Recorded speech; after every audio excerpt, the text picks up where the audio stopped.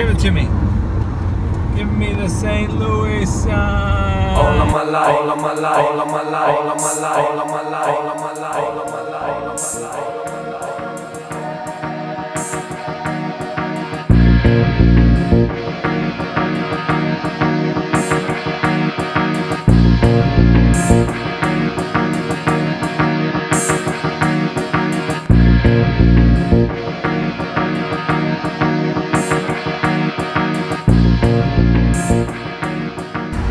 We are in the great city of St. Louis. St. Louis, St. Louis. There's the article. This week was exciting. We went to St. Louis. We were in St. Louis and doing a little shoot down there. It was kind of exciting. Shot at a racetrack, saw the big arch, a few things better. But the most exciting part was when I almost crashed my drone into a freaking windmill, a big freaking windmill. Here, check this out. Look at this thing. Look at this thing. I mean, you guys, everyone's seen these wind vanes. Cameras do not do this thing justice. I mean, these are the bolts. They're as big as my hand. Pause there. For the sake of this story, I am using a couple of props. This is going to represent the windmill. This little guy is going to represent me. This is me, a dork, flying my drone. The last piece of the puzzle is going to be my drone, which will be represented by this little wing here. So, action. Is this the future? Is this the future for wind energy? I hope so. We're out there, we're flying our drones, we're having a blast. I'm getting these awesome shots and I'm super stoked about this windmill because I love wind energy as it is.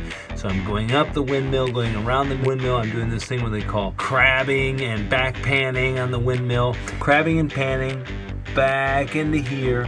And back here where you can't see the drone anymore is where this guy loses signal.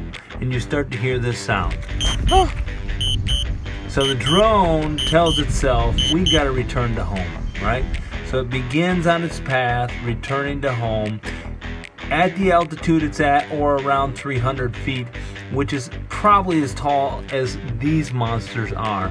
Consequently, home is right through the blades, and you'll see, watch this, working its way through the blades. Excuse the language. I'm freaking out. Now I have control. Oh my gosh. Now I'm going back. Oh my gosh. Holy shit, it's got fucking whacked. Holy shit. Oh, I lost signal and it came home on auto. Strangely enough, I get attached to this little thing. It's not much, but it's fun. And when it goes up, I get nervous. Hence the reason, to me, I had an adrenaline rush for the next couple of hours. And as it started to come home, I didn't realize it until it was too late and the thing was like right in the middle of it. And I tried to regain control of it.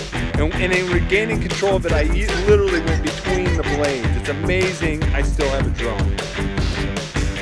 And that was St. Louis. This week, for the most part, was recovering. I was absolutely crushed after working somewhere near 37 hours in 2 days and driving the 8 hours down to St. Louis. So I just needed to recover mentally, get the serotonin back in my brain and start feeling better. Almost home from a long trip.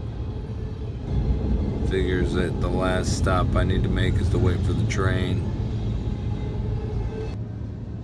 I've been making the final push for my Adventure Film Festival run. I want to win this thing. I want to get the trip out to Colorado, and I want to be part of this thing. So I am making the push. I need your help if you can. I made this fun little commercial. And basically the premise behind it is that my film, which is the sequel of The High, called Ultra High, is in a contest at the Adventure Film Festival and Outside TV. I made this film in 2011, Two Highest Peaks, and an awesome finish with Sharon Gaynor, an amazing woman. You have to check it out. I'll send that link down below as well. And that's this week. Be good, guys. Now, This is going to be the dinosaur that was not on site, but I'll put this in there for my son. There you go, David.